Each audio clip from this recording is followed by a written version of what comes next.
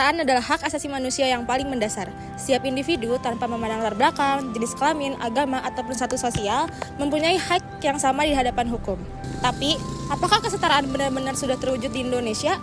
Sayangnya, jawabannya belum. Ketidaksetaraan masih menjadi masalah besar yang dihadapi masyarakat Indonesia hingga saat ini. Ketidakadilan dalam akses pendidikan, pekerjaan, dan layanan kesehatan masih terasa nyata. Sebagian masyarakat di daerah terpencil masih kesulitan untuk mendapatkan pendidikan yang layak serta fasilitas kesehatan yang memadai. Saat ini juga, perempuan masih mendapati diskriminasi dalam dunia kerja.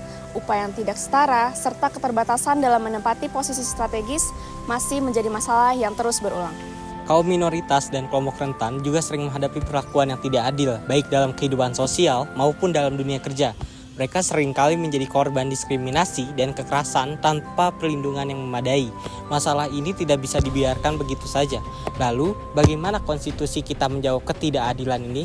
Konstitusi Indonesia, yaitu Undang-Undang Dasar 1945, telah memberikan jaminan kepada seluruh warga negara atas kesetaraan. Pasal 27 ayat 1 menyatakan bahwa semua warga negara bersamaan kedudukannya di mata hukum dan di pemerintahan, tanpa terkecuali. Pasal 28 ayat 1 juga menegaskan bahwa setiap orang berhak atas pengakuan, jaminan, perlindungan, dan kepastian hukum yang adil, serta perlakuan yang sama di hadapan hukum. Artinya, negara telah menjamin kesetaraan bagi setiap warga negara, namun pada kenyataannya di lapangan masih jauh dari harapan. Konstitusi tidak akan berarti apa-apa jika tidak diimplementasikan dengan baik.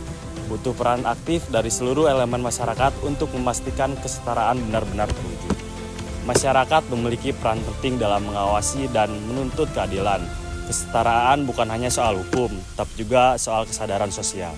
Dengan memperkuat kesadaran akan hak-hak warga negara, kita bisa mendorong pemerintah untuk menerapkan kebijakan yang adil dan merata.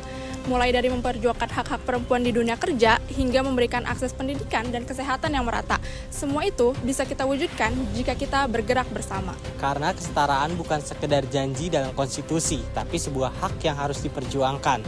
Dengan konstitusi yang kuat dan peran aktif masyarakat, kita bisa menciptakan keadilan sosial yang nyata. Karena kesetaraan bukanlah impian, tapi hal yang harus terwujud. Jaga konstitusi, wujudkan kesetaraan.